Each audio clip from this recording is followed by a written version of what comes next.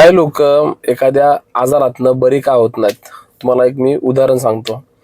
समजा तुमच्या घरामध्ये एक फिश टँक आहे, माशांची एक टाकी आहे आणि त्या टाकीमध्ये तुम्ही 2 मासे पाळलेत आणि त्या टाकीमधले ज्यावेळेस मासे आजारी पडतात ना, तुम्ही त्या टाकीमधनं त्या माशांना बाहेर काढता आणि डॉक्टर घेऊन जाता, उपचार करता. पुन्हा तुम्ही त्या माशांना पाण्यात सोडून देता.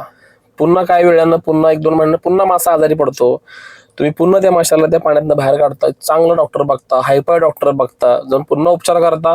पुन्हा तुम्ही त्या माशाला त्याच पाण्यात तुम्ही सोडून देता.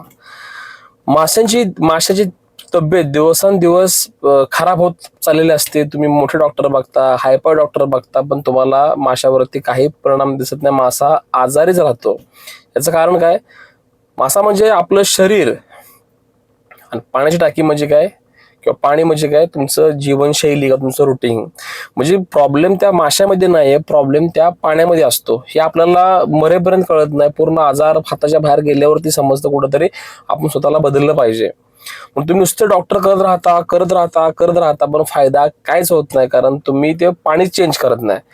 तर तुम्हाला असं वाटतं तुम्हाला बरं व्हायचं आहे, भले कितीही मोठा आजार असू द्या. आपण बऱ्याच लोकांना पूर्णपणे बरं केलंय, दाखवायला आपल्याला 5 ते 6 हजार रिव्ह्यू सुद्धा आहेत. तुम्ही आज एक शब्द वापरता की सर गोळ्या घालल्यावरती पूर्णपणे बरं वाटेल का?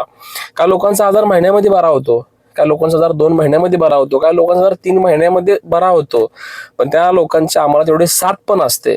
डॉक्टरच्या गोळ्या औषधं खाऊन कधी कोण बरं नाही होते, हे खूप वेळा सांगितलंय.